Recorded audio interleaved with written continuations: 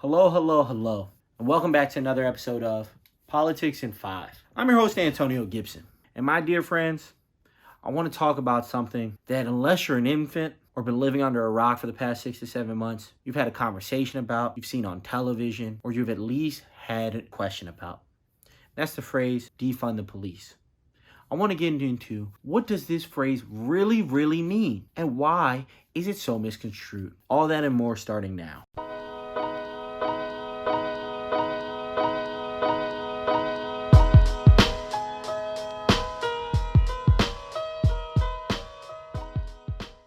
Alright guys, let's get to it. The phrase, defund the police, it evokes such anger in many people in America. Why is that? Well, it's a rather simple answer actually. They believe that the people who are saying to defund the police want to completely abolish our current police system. Now, for the majority of people who say defund the police, this is incorrect. I would be naive though if I told you that all people see it that way. There are a select few that do believe we need to currently abolish our entire system. I personally do not believe that is the way to go. It would be ridiculous to do so. Now, just like me, the majority of people do not think that the police force as a whole needs to disappear. But there is a large group of people who believe that the police force needs to change. It would be naive to assume that the tragic and senseless killings of unarmed black men and women in this country are all coincidence and something we can just chalk off to a few bad apples. We need to do something different. That's where defund the police comes in. The phrase really stands for cutting the budget for police forces across the country and using that excess money to reinvest into community outreach programs to eliminate the need for police officers to step out and do as much work. What do I mean when I say that? The goal would be to create programs to help those who face addiction issues, homelessness, and also to create community outreach programs to get more community leaders involved in knowing what is going on in their communities. None of these things sound like bad ideas to me. I don't know how practical it is in order to implement though. It's gonna be difficult. There is no easy fix to the issues that face us as a society. And all of the issues that we do face, the only way out is to have a little hope that whatever we do will work. What do I mean by that? It's very easy to say, okay, we're going to create these committees and we're going to create community outreach.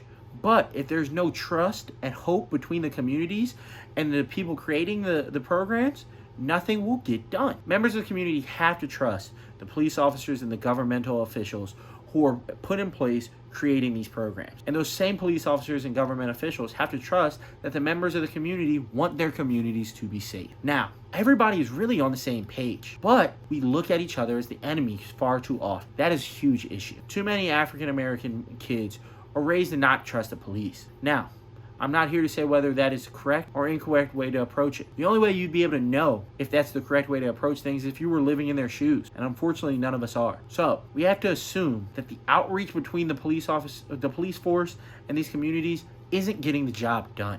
Along with these programs, I believe other changes need to be made. Now, this all led me to a serious question. When I really read and researched into defund the police, it didn't seem that radical to me.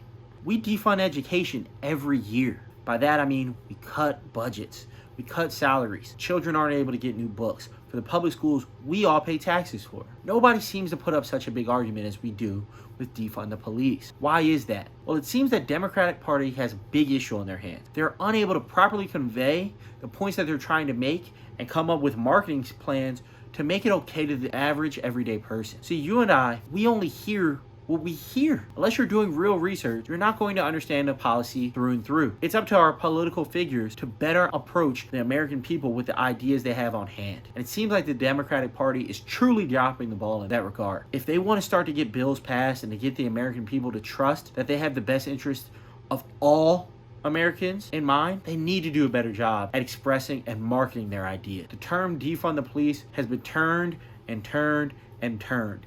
And now, to be honest with you, it's looked at by many as an ugly phrase that is a complete attack on the police force. Now, I don't believe that's the original intent of what the phrase defund the police means, but it doesn't matter what the original intent is. Only thing that matters is what people believe it means now. So my suggestion would be the Democrats need to step up their game in expressing their ideas and to make it okay for everyone. Until then, we're going to continue to run into issues whenever they try to get massive sweeping changes across this country. Now, I'm not saying the Democratic Party is correct in everything they want to do, and you're right to be skeptical or not to agree with it. That's your right as an American citizen. But I do believe that you need to be informed on what they're saying. The only way that is possible is if they better inform us, and if we also go out of our way to learn the issues that are facing our country and what our elected officials are trying to do to stop those issues. It's on you, it's on me. Let me know in the comments below what you think. Are you pro defund the police? Are you against defund the police? Why? And what do you think is the problem with the Democrats' ability to explain their issues? Please leave a like below. And until next time, have a great day.